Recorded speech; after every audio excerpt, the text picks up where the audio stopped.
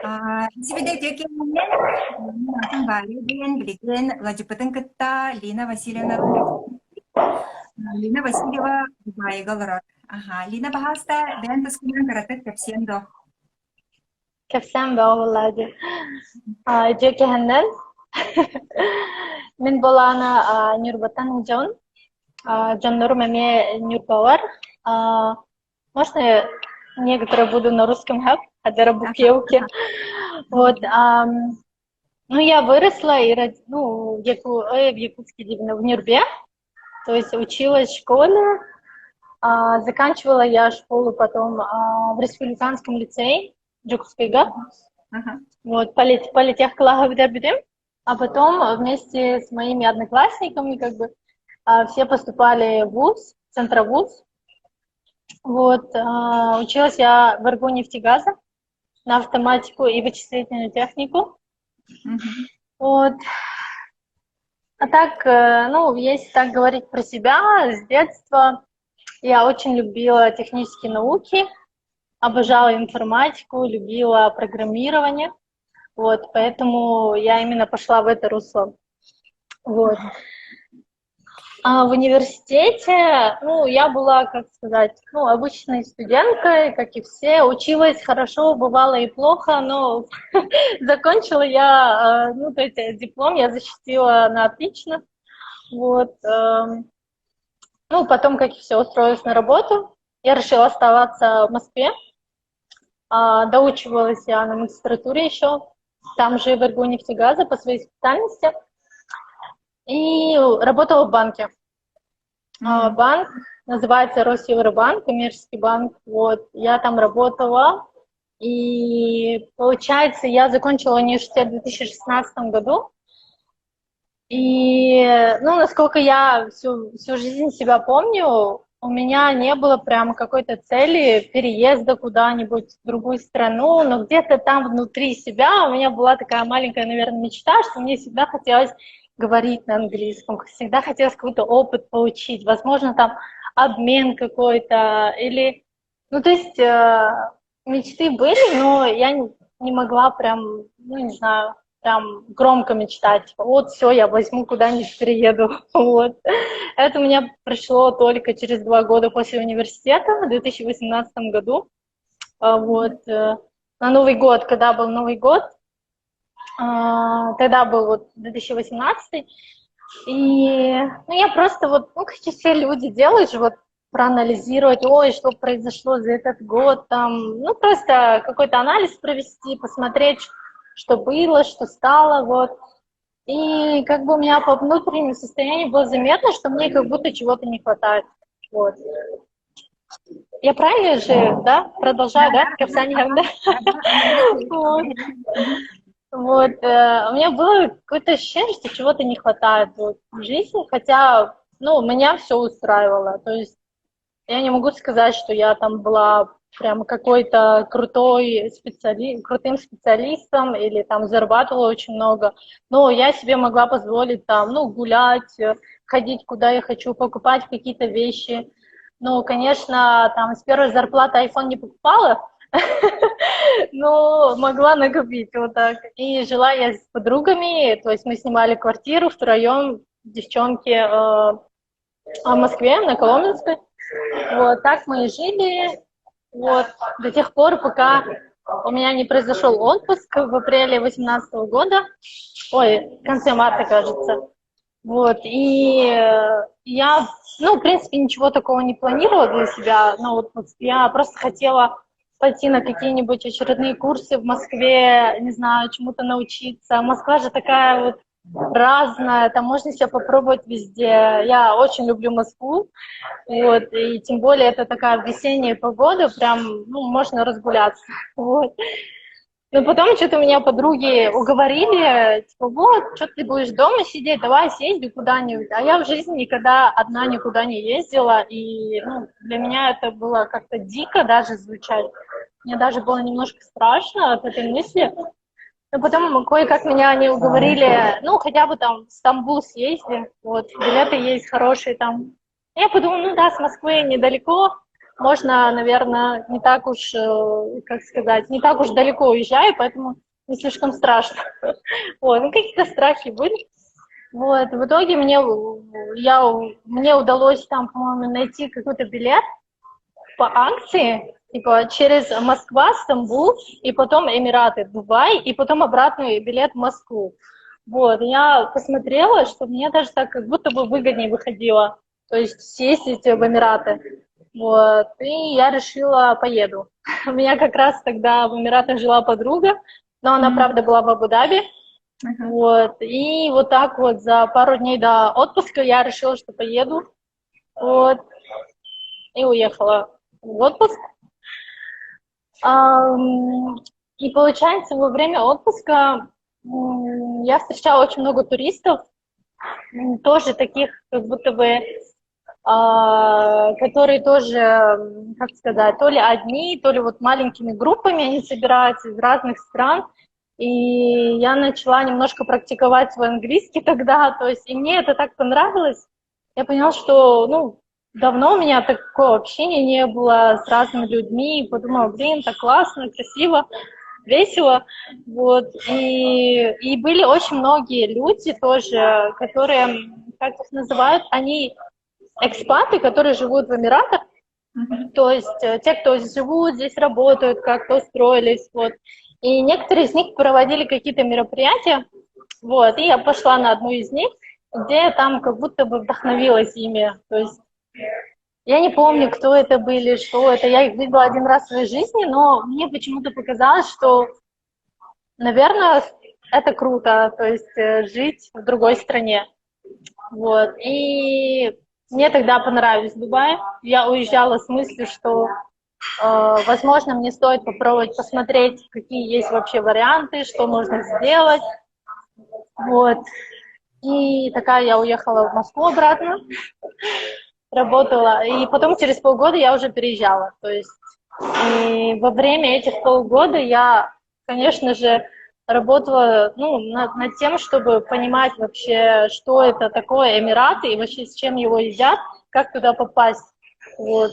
Так как я не обладала там каким-то сертификатом от IELTS, да, то есть я никогда не сдавала английский язык, вот, и это, ну, не совсем была моя сильная сторона, хотя я практиковала разговорный, и разговорный он у меня был такой достаточно проворотливый, или как это сказать, достаточно сильный, я бы сказала.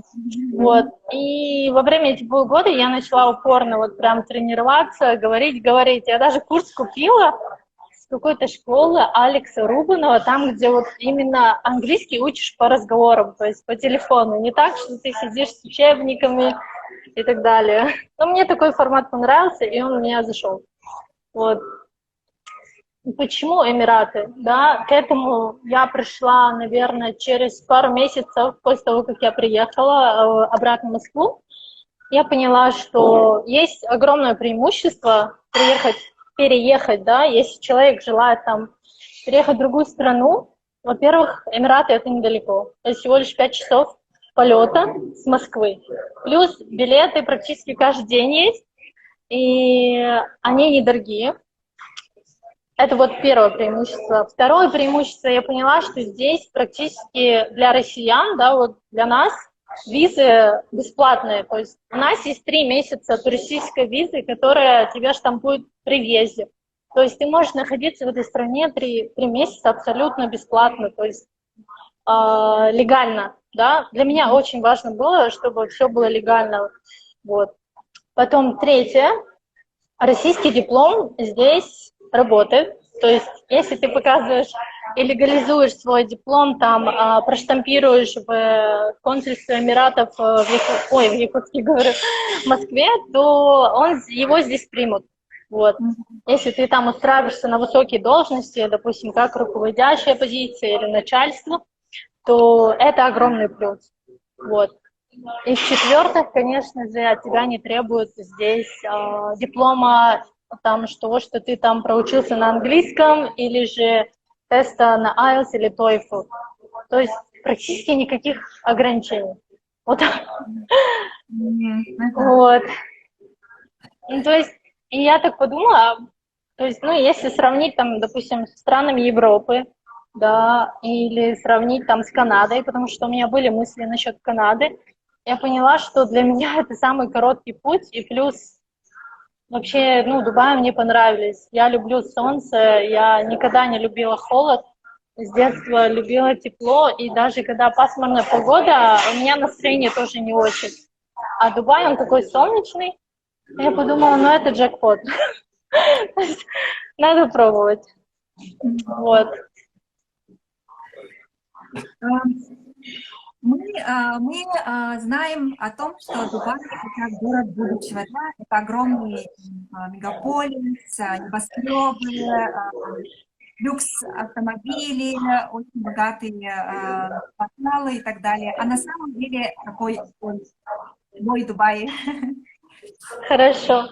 На самом деле Дубай очень разный, и я всегда поражаюсь тому, что насколько здесь все как будто бы слилось, и все как-то гармонично смотрится.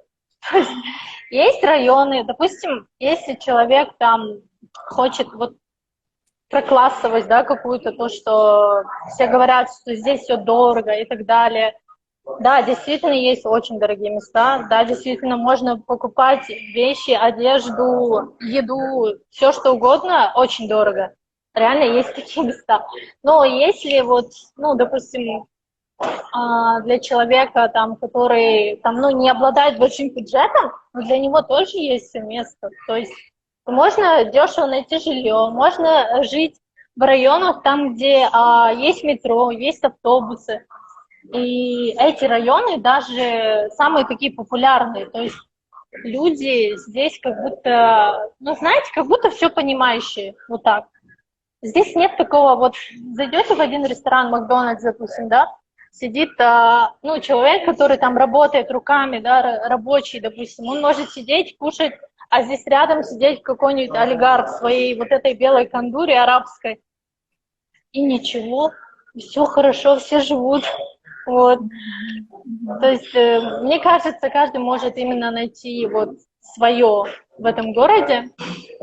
Единственное, конечно, по развлечениям, возможно, здесь меньше, гораздо меньше, чем, допустим, в Москве, да, так как Дубай только пытается как-то это развить, так как существует какая-то некая вот разделенность между национальностями, потому что здесь живут около 200 национальностей, и бывают такие маленькие группировки, там, свои Facebook-группы, где они сами с собой встречаются, но также есть и как бы общее, то есть кто куда хочет, тот может прийти там на мероприятие, познакомиться с людьми. Вот, я пару раз ходила так, вот.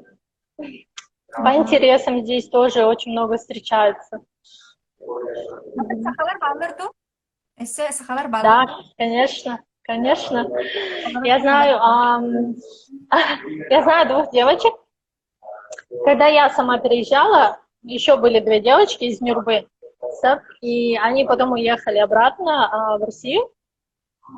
Вот. Сейчас, в данное время, есть две девушки. Одна живет в Аджмане, уже около 4 лет она здесь, в Эмирате.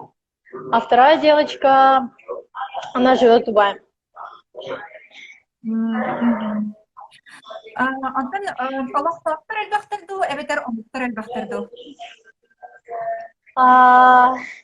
Если так смотреть, конечно, местных очень мало, их где-то 10%, вот, а все остальные приезжие. Вот так. Тогда получается, везде работают иностранцы. Да. Обязательно. Местные работают только в государственных органах или в очень каких-то очень важных позициях. Вот так. То есть ограничений у иностранцев нету, да? Они могут работать, в принципе, ну, на любых там каких-то ресторанах, клубах, гостиницах. Да, это прям самое, ну, там только и берут иностранцев, на самом деле, потому что Дубай, ну, туристический город, и им нужны именно люди, которые говорят на разных языках. это очень высоко ценится отелями, и они, по-моему, даже какие-то бонусы дают, если ты знаешь больше языков. Но также здесь, Дубай, это не просто туристический, да, он же еще такой, как будто бы, как бизнес-центр, да, второй Сингапур из него хотят сделать. Вот, и поэтому здесь очень много есть привлечения разных бизнесов, офшорных, там, и просто иностранных филиалов, и там все работают иностранцы, то есть местные туда редко устраиваются, потому что местным удобнее там работать на свою страну больше, там, на государственных учреждениях, каких-то муниципалитетах, органы, которые, как это называют, контролирующие органы, то есть это охрана труда, министерство по защите там среды, окружающей среды, что еще, что еще. На самом деле очень много, особенно женщины, вот для них, у них, по-моему, даже есть какое-то отдельное министерство по поддержке женщин, и они там работают и друг другу помогают, как-то какие-то развлечения там создают, какие-то женские мероприятия. Я, правда, не хожу, потому что для этого нужен арабский, вот.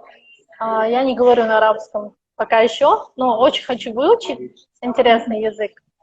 У меня, кстати, есть хороший знакомый, тоже из Якутии, из Ленска, и он живет в другой стране, Джибути. Вот, он там вообще работает в консульстве Российской Федерации, так как он изучил арабский язык, и плюс у него дипакадемия, диплом.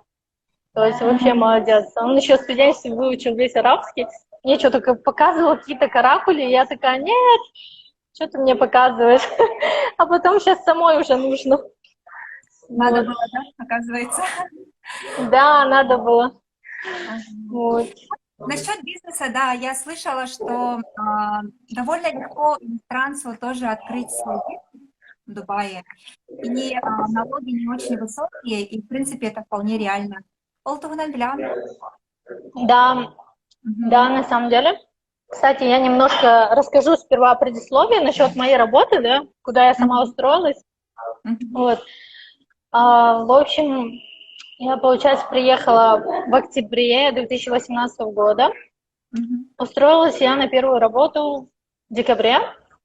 Это была российская компания, которая вот как раз-таки хотели себя обосновать здесь, то есть открыть филиал иностранный. Но они еще никогда ничего не делали, вот, и мне удалось там чуть-чуть опыта набраться с ними.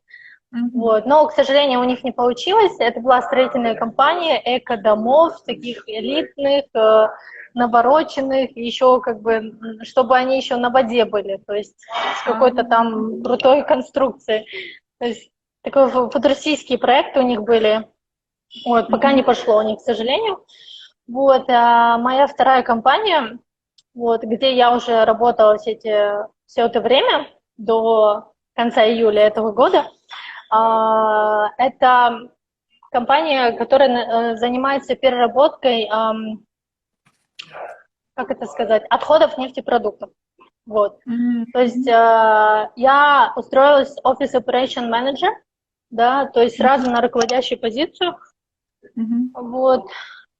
И когда я работала там, то есть у меня было, да, был такой опыт, что нужно было открывать новые компании. Что я сама от себя поняла, что можно открываться очень легко во фри-зонах. Здесь есть несколько типов фри-зон во всех Эмиратах. Причем, если выбираете другой Эмират, не Дубай, то даже это лицензия и все оплаты даже как-то будут легче идти, то есть они дешевле. Вот. Недавно, может быть, месяца 3-4 назад я общалась с якутской компанией, алмазодобывающие, вот, но они более ушли в приватную, кажется, вот, и как раз они со мной консультировались по поводу открытия своей компании именно как офиса, то есть чтобы там в дальнейшем проводить какие-то операции между там с Эмиратами и там другими странами. Налоги здесь, сразу скажу, 5%. на доходы именно компаний. Но на доход сотрудников там не возлагается. То есть, если у меня зарплата там 10 тысяч, я получаю ровно 10 тысяч. Нету отчислений. Вау. Вот. У нас это 43%. 43% от зарплаты мы отдаем государству. Ого. Вот. Какие есть плюсы вообще, вот, когда ты сотрудник, ну, работаешь в Дубае, ну, не важно, не в Дубае, а вообще в Эмиратах, у них законы одни. Вот. Если человек, ну, компания берет сотрудника, во-первых, компания должна обеспечить визой, да, рабочей визой на длительностью на 2 или 3 года, в зависимости от коммерческой деятельности. Вот. То есть сотрудник не платит ни копейки, не должен заплатить за визу. Вот. Виза рабочая, она дорогая. В рублях она, наверное, стоит 200-250-300 тысяч рублей. Это еще зависит от того, откуда, из какой страны, на какую позицию, какая зарплата у человека. То есть там нюансы у них для каждой визы свои. Ну, это полностью забота работодателя. Вот, это раз. А второе, работодатель обязан предоставить медицинскую страховку, хотя бы базовую. Вот. Должен предоставлять. И, в принципе, по-моему, в законах прям написано, что именно медицинские расходы должна нести компания. Вот. Если с человеком что-то случилось, если что-то страховка не покрывает, то если сотрудник, допустим, может там как-то нажаловаться, пойти в суд, то он, возможно, его выиграет. Вот. Вот. Что еще? В-третьих, чем еще может обеспечить страховка? Ну, иногда, вот, если, допустим, позиции маленькие, допустим, как официант или же рабочий, разнорабочий, да, то им предоставляется еще жилье, то есть это будет как общежитие, и, возможно, транспорт они предоставляют, то есть есть какой-то шаттл-бас, автобус, привозят и возят их во время рабочего времени, и иногда тоже из еды.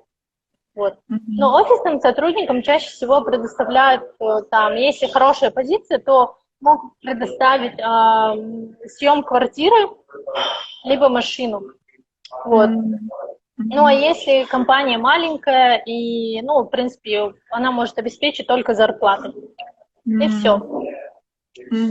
Да. Онтон тохтенисти битиме массына гыната, наракна лохтенисти битимында бензин эмесыната, үрдүгө хохтук. Оны билем. Я когда-то сравнивала бензин, стоимость бензина здесь и в России, и, по-моему, практически было одинаково на тот момент.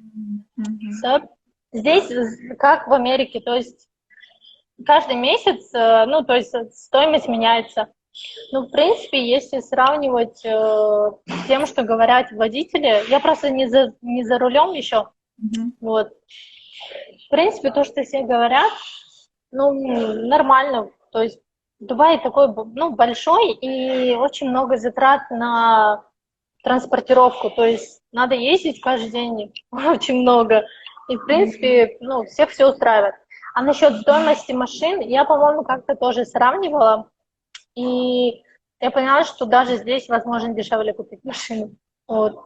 Потому что здесь какой-то, я не знаю, рынок, знаете как, очень многие бизнесмены именно делают какую-то перекупку машин, там, японских, американских и европейских, то есть они сделали как будто Дубай такой центр, где они привозят и потом отправляют в другие страны, то есть здесь очень много перевозок. И из-за того, что практически каждый здесь человек нуждается в машине, то там кому, ну, кто любит быть за рулем, и, ну, я бы сказала, может быть, ну, 50% населения точно за рулем, точно. Вот, а все остальные, как я, это метро, такси или автобусы. Вот. Потому что город реально для тех, кто за рулем. И это реально как-то жизнь упрощает гораздо. Плюс ты можешь арендовать машину, там, я сейчас скажу, в сутки даже сколько это будет там 1000 рублей, 1200, 1500 рублей в сутки можно найти, если хорошенько поискать такую самую обычную машину, вот, и туда уже там полбака уже залито, то есть, вот, А если там на месяц арендовать, то это будет где-то 20 тысяч рублей, по-моему, минимум. Самый такой минимум, что я слышала. Вот. Ну и, конечно, какой-то депозит надо оставлять. Онто раз уж по ценам, ассаната Мгм. хайда. Ага. А сцена тогда? Бен астанаганду, нар кафега гиганду. Я раньше, ну, как-то готовила, ага, по чуть-чуть. Но так как я могу там накупить очень много вещей и продуктов, потом половина пропадает. Мне кажется, я иногда очень много денег просто так трачу. Вот. Ну, скажу стандартно. Допустим, если я закупаюсь на неделю-полторы, я могу потратить в супермаркете 1500 рублей. Ой, полторы говорю. Вру. Полторы. Около 10 тысяч рублей. Полторы. Вот, 10 тысяч рублей это где-то на 1,5–2 недели, вот так. То есть это овощи, какая-нибудь, может, рыба, какие-то консервы, крупы и так далее. Вот. Ну, конечно, половина из этого то, что долго хранится, и можно есть там еще дольше. Вот. В основном, если честно говорить, то я просто сама для себя выяснила, что если я, допустим, ну, когда хожу по магазинам, я не могу взять что-то одно и уйти, а мне надо вот так набрать очень много и потом выкидываю, и мне очень жалко, допустим. Вот, и сейчас я как раз занимаюсь переездом, я понимаю, что у меня очень много еды, там, круп и так далее, у меня там мука уже там год, наверное, лежит, вот такая вот большая штука, ну, как бы, зачем? Вот, и поэтому в последнее время я стараюсь просто что-то покупать, какие-то сэндвичи. Знаете, как, не знаю, сэндвичи продают свежие в супермаркетах или в маленьких даже мини-маркетах продают что-то такое, салат, вот. Ага. И могу что-то такое купить, и все, то есть мне хорошо, и я не трачу очень много на это, вот. Para perbedaan nationalnya kok nara kay tawai. Bu sildarin sa Ага. bililari. En tuwal sa bililari. Так, в общем, у арабов национальная кухня – это в основном мясо и курица и хлеб, как будто бы, вот. Они любят очень кебабы, там, ну, такая немножко тяжелая пища, мне кажется. Рис очень обожают. Вот есть блюдо такое индийское, да, как будто бы. Так как Эмираты сами, вот, коренные жители, они тоже как будто бы, половина из них приезжие. Это половина иранцы, кто-то из соседних стран, как, сейчас скажу, где сейчас война происходит, забыла. Ой. Связь коротка. Ага, все хорошо. Что? Ага, Да, Палестина, да? Ага, да. Ага, вот, и некоторая смесь с индийской культурой, вот, и поэтому у них еда очень как-то схожа на индийскую и там палестинскую, то есть там и но там это, наверное, просто верблюжье вяленое мясо. Ага, belli gina. Şimdi birbirine istem baran anan giden kalla. А, у меня что-то Wi-Fi отключился, не знаю, может, в торговом центре Хадера, может, у них есть лимит какой-то. Можешь Вот. сказать? Ага. Вот. Насчет верблюжьего мяса. Ну да, тут как бы продают такое вяленое верблюжье мясо, такое тоненькие нарезки, но я их никогда не пробовала. Но мне кажется, они местные тоже особо не едят. Ну, вот кого я знаю, ну, они практически не готовят. Они вот очень любят рис. То есть рис это очень похоже на плов что-то. Но они называют это брияни, то есть это куриная ножка такая большая и вместе с рисом. Вот, а рис такой вот цветной, как будто бы с кусочками каких-то макаронов или индию. Вот. Ага, в Индии тоже очень. Да, и то есть как будто бы оттуда пришло. Вот. Плюс они очень любят что-то похожее на голубцы, но сверху получается внутри там фарш рисом, а покрывается это все листьями, по-моему, виноградные листья, такие зеленые. Может, видели такие? Ага, Вот это едят. как Потом домой. очень, Ага. ага, очень любят хумус, то есть с утра хумус, оливки, сыр, такой вот похожий на сливочный, вот, и с чаем. Вот так вот кушают. И арабская лепешечка такая. Мгм. Кыдык маннык микс элекке индийскай дааны кухняттан, араб кухнялардан буккуллан Да. Онда фрукты, овощи тугусигити тохуйнарионно. Здесь, к сожалению, ничего не растет натурально, все привозное, но, но Эмираты как бы они открыли огромные теплицы для выращивания таких базовых овощей, типа огурцы, помидоры, там какая-то зелень. Вот, а насчет фруктов, мне кажется, еще нет. Фрукты нет.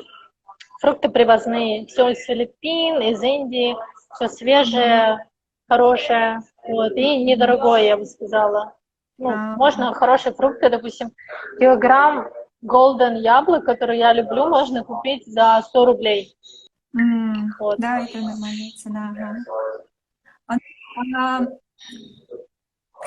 Ага. Опять подвисло, что? Tehir Опять içeriği подвисает, да? Saya tidak под 50 градусов полуденный. Да, на самом деле так и происходит. Тух, особенно, конечно, где-нибудь с часов 12 до 3 где-то вот так. Самый такой солнцепик был. И ну, в это время лучше не гулять на улице. Вот. Не ходить там без шляпы лангиджаханада или с кепкой. Вот. Солнце сильное, да, вот прям на коже можно почувствовать прям лох и терен. Вот.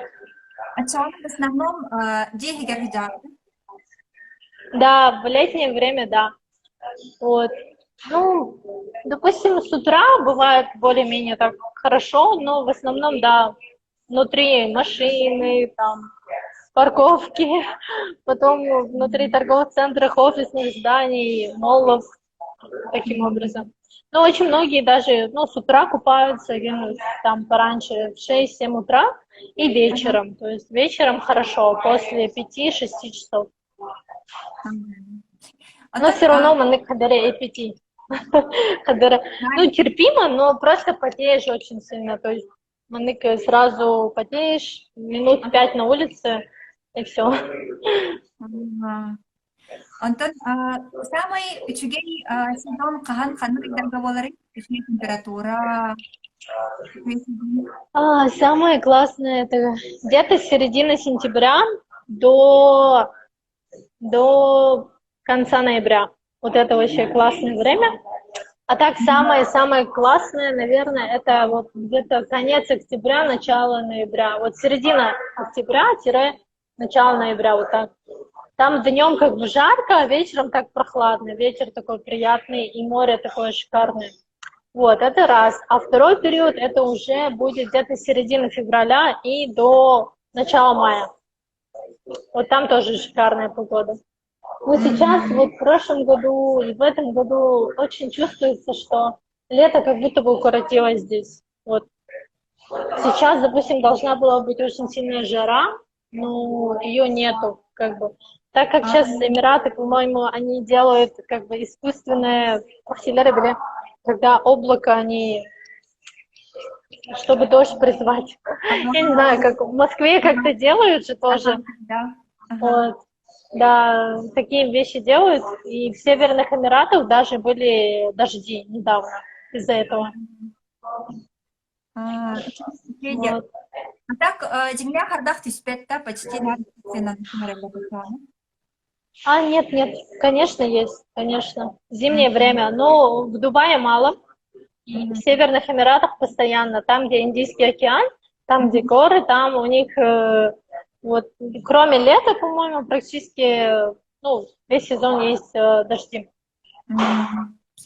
Антон Калабра, я Allah хатын культура булади, бу мусульманская культура. Мгм. Айдах саланаган бяган Калабра жахтар маннык паранжала хатта хыйын булади. Ага. Но там юбка кетергин, маннык идин көдөргүн еген бен бяган хайтах саланаган. Ну, в принципе, нормально, потому что, ну, так, ну, покрываться надо, когда заходишь в священные места, как мозг, мечети, вот. Может быть, еще есть пару каких-то мест, может, какие-то музеи там требуют какого-то дресс-кода, а так в основном нет. То есть Честно, да, ну, местные жители тоже привыкли к этому. Ачана атана муктар свободно танналарын кинелер кылыналар. Да. Ну, они же сами такие правила сделали, что можно, ну, значит, можно. Вот. Единственное, на публике нельзя как-то откровенно что-то проявлять, какие-то жесты там любви, там целоваться, прям обжиматься и так далее. Это нельзя. То есть, ну, это и приятно, потому что, ну, иногда чувствуешь как-то это, ну, не очень хорошо, хотя, вот. Я просто недавно ездила в Турцию на отдых, и некоторые вещи мне показались уже дикими, как бы. Вот. Ага. Хочу сказать насчет безопасности еще. Да, безопасности, ага. Да, потому что я знаю, девушки особенно, то, ну, бывает такое, что они спрашивают, там, очень боятся, что вдруг их украдут. Вот. Я им говорю, дорогие мои, здесь так много девушек, вас никто не будет красть. Вот. Здесь везде есть полиция, это раз. Вы их не видите, да, полицейских не видите, но везде как будто бы у них есть какие-то, не знаю, ну, может быть, секретные места, где они сидят и наблюдают там. Но если вызвать полицию, то она приедет в течение 3 или там максимум 5 минут. Вот. А законы здесь жесткие. Вот. И, допустим, если незнакомый мужчина вас трогает, подошел к вам, там, за руку взял и так далее, если, ну, быть серьезным, то на законных уровнях ну, его можно чуть ли не посадить или оштрафовать. Вот. То есть все, кто здесь живут и работают, они все дорожат своим местом. То есть никто не хочет, чтобы из-за какой-то девушки, истерички там его посадили. То есть с этим мы очень осторожны, мужчины. То есть, вот. Ну, конечно, есть исключения, которые, ну, как и везде, да. Но в основном, основная масса людей, если в нормальном таком состоянии, вас никто не будет трогать даже, подходить близко. То есть могут разговаривать на расстоянии, все приятно и так далее. И также запрещены публичные оскорбления, в соцсетях оскорбления, то есть за это можно тоже человека наказать.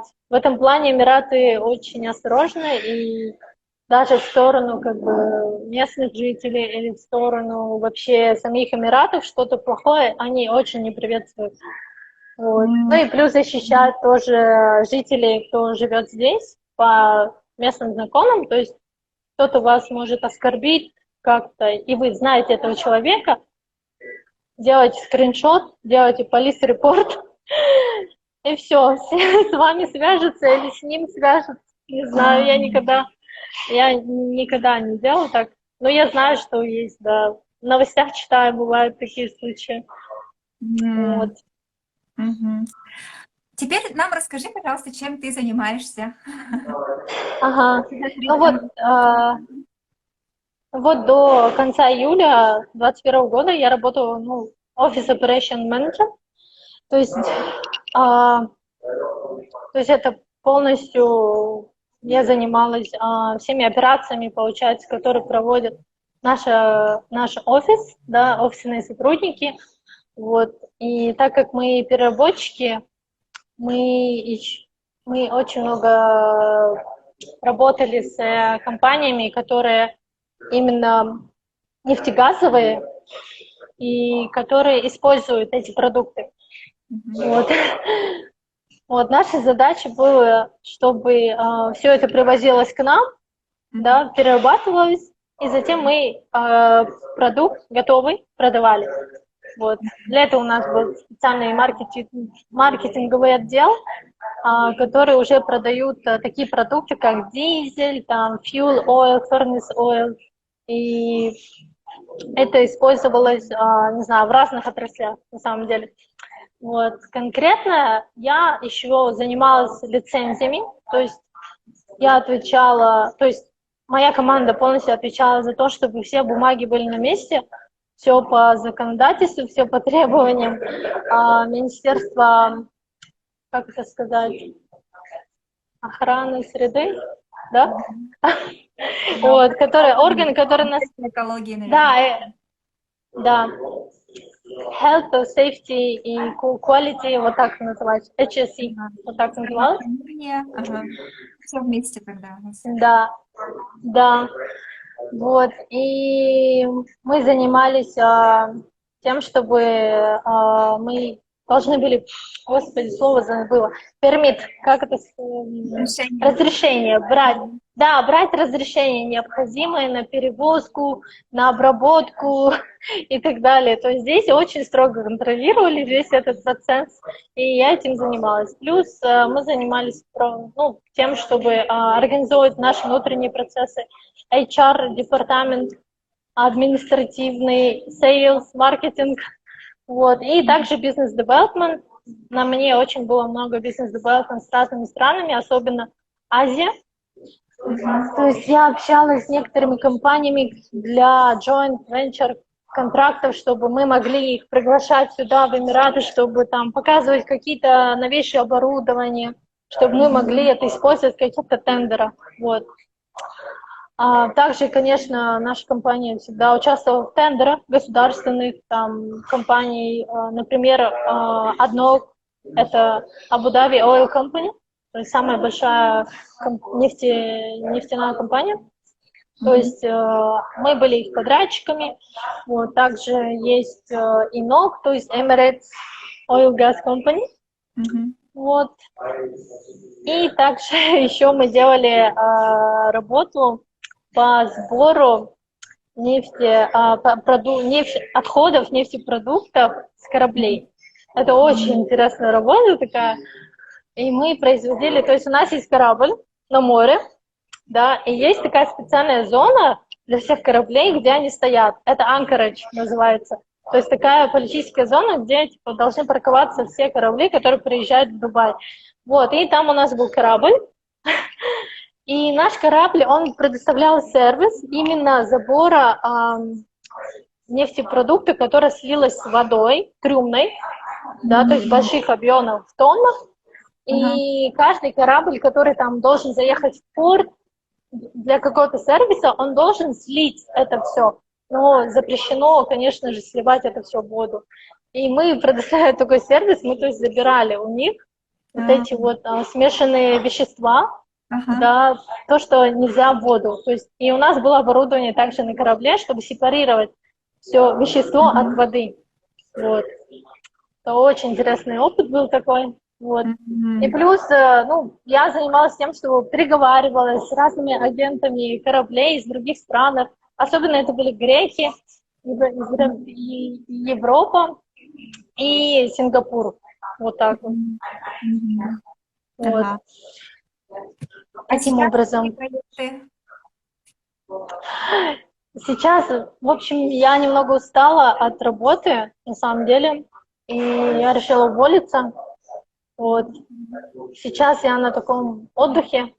Вот. И сейчас я собираюсь вести свой тур в Дубай в сентябре. Так как у меня очень многие знакомые приезжали, даже незнакомые люди, Сахалар в особенности. Прям люблю встречать земляков. И я почувствовала, что всем им нужна поддержка, какая-то помощь в плане того, чтобы там в какие места сходить, да. И плюс к тому, что сэкономить какое-то время и деньги. Вот.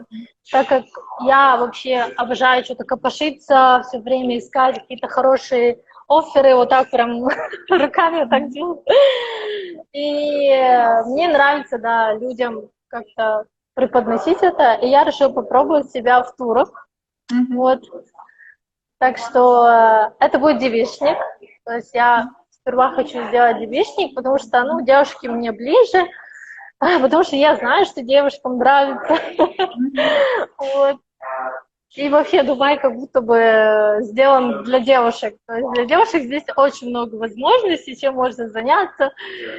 То есть, и, впрочем, как бы, как сказать, ну, не знаю, я просто не очень знаю интересы мужчин, там, что им нравится, вот, поэтому вот так. А во-вторых, я хочу сейчас, я уже этим занимаюсь, да, вот консультации по бизнесу, открытие, да, компании. То есть я хочу именно вот, ну, то есть находить, да, какие фризоны, какая лицензия подойдет людям под стоимости, вот, и по возможностям. Вот, это очень интересно. Вот, пока у меня был только один опыт, вот. Потом что еще? И третье, это, наверное, консультация по трудоустройству. Сейчас я просто общаюсь с людьми, ну, в Инстаграме, и я просто понимаю эти боли и страхи. Вот, я просто общаюсь с девочками, в основном девочки пишут, мальчики редко. Вот, кто мечтает там переехать. Вот. У меня нету никакой программы пока, просто как это происходит, так и идет. Вот. Очень жду свой тур. Вот. Я сделала классную программу. Ну, не то, что программу. Я не люблю слово программа и вообще вот это вот. Я поняла, что я человек спонтанный, вот, и мне хочется, чтобы все происходило вот по желанию и по импульсу. То есть есть то, что мы должны сделать, но это не будет прописано там по дням, по часам или и так далее. То есть таким образом. Вот.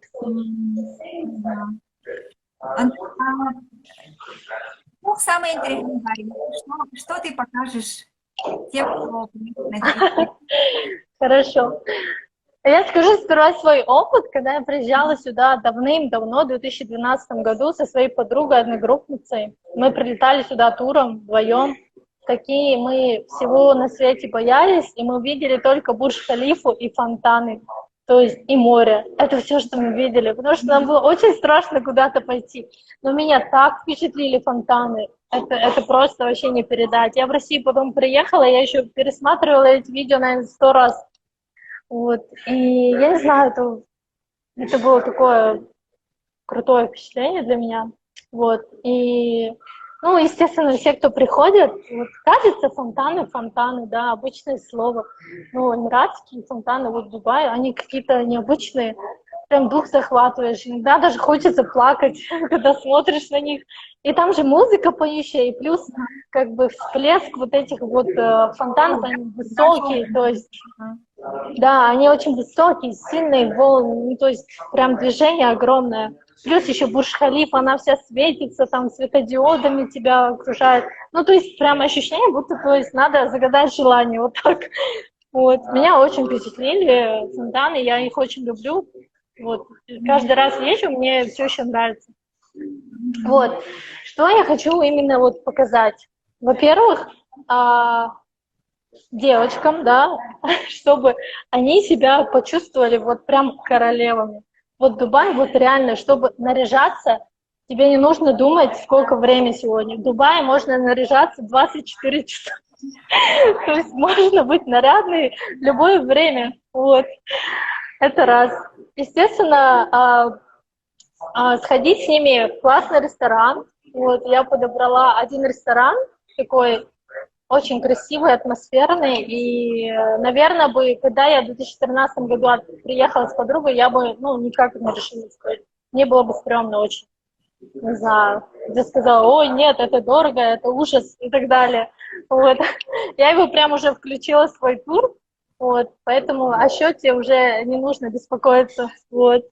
Потом я буду водить их бич-клабы, то есть которые, то есть у них есть лучшее расположение для моря, то есть ты купаешься в море, и плюс у тебя есть бассейны, плюс у тебя есть бесплатные напитки, музыка, хочешь танцуй, хочешь не танцуй, хочешь загорай, то есть прям, ну, такой пляжный суперский отдых, вот. Ну и, естественно, конечно, ты смотришь на других людей, то есть ты себя как-то уже по-другому начинаешь ощущать. Ну, не знаю, рядом с тобой могут быть какие-то блогеры там из других стран, какие-то популярные люди, то есть как-то так, какое-то слияние происходит, вот. Вот. Естественно, Дубай Молл — это шопинг, да, бренды, кто любит бренды, можете купить что-то там. Но Дубай Молл, я сама не такой уж шопоголик, да, ну, я люблю вот просто ходить и смотреть, можно сказать, вот. И, не знаю, какая-то есть атмосфера такая вот, как будто прикасаешься к чему-то такому роскошному, и ты внутри этого происходишь. То есть у тебя какие-то другие ощущения, вот. Вот. Что еще? Конечно же, пустыня. Пустыня — это большие джипы, катаемся на дюнах. То есть, ну, пустыня, Дубай без пустыни — это вообще не Дубай, как будто бы. Вот. Фотографии на закате с пустыней. Очень атмосферно. Вот. Что-то есть похожее на тур, как будто бы в Египте, но там в Египте там не такие песочные дюны, а в Дубае прям такие огромные, это прям отдельный аттракцион. И ты еще сидишь в такой, ну, машине большой, то есть и водитель тебя там как-то развлекает. Ну, это прекрасно. И получается ужин на закате там же. Вот. Таким образом. Что еще у меня? Ну, конечно же, яхта-пати. Как без этого, да? Яхта-пати — это прям обязательно в Дубае. Вот. Чтобы уже все вот закрыть. Вот. А все остальное, на самом деле, по желанию. Не все любят подниматься на Бурдж-Халифу. Некоторым страшно. Вот. Но можно подняться. Вот. Можно сходить на спа. Марокканская баня. Похожая на турецкую. Я недавно была в Турции, и я поняла, что в Турции дороже, чем здесь, вот куда я хожу. То есть я подумала, может быть, свожу девчонок и в хамам. Вот. Что еще? Что-то еще я хотела. Ну, естественно, там музей сходить, какой-нибудь исторический, дубайский. Вот. Золотой рынок Дубая, там, где стоят эти лавочки. Вот, можно что-нибудь себе прикупить. Вот. И, в принципе, ну, можно на вечеринку какую-нибудь сходить еще. Я еще не решила, то есть на месте это все будет решаться. В принципе, потому что точно включено это все, то есть все остальное будет на месте. У меня еще одно секретное мероприятие. Хорошо, что я не приболталась. Да. Сохранили интригу. Спасибо большое, что поговорила с нами. Очень интересно. Когда я вот готовилась, да, и читала о Дубае, я прямо заинтересовалась, что можно открыть бизнес, что можно столько всего посетить интересных, привлекательных мест, да. И вот были вопросы про трудоустройство, оно рекомендую зайти к Лизе и с ней самой переговорить. Она очень открытая, со всеми может пообщаться, если что, может быть, даже свои услуги какие-то предложить по консультациям, да, и вот про девичник тоже очень интересно рассказала. Спасибо большое, Варя. Хорошо. К ней на страницу, посмотрите ее жизнь в Дубае. Да, спасибо большое, Варя, за приглашение. Мне было тоже интересно. Вот, я надеюсь, вам было интересно, ребята. Если что, спрашивайте в личку, можете в комментариях, если стесняетесь, да. Я всем всегда отвечаю. Вот. Хорошо. Таким образом. Спасибо. Спасибо всем. Все, спасибо. Всем пока.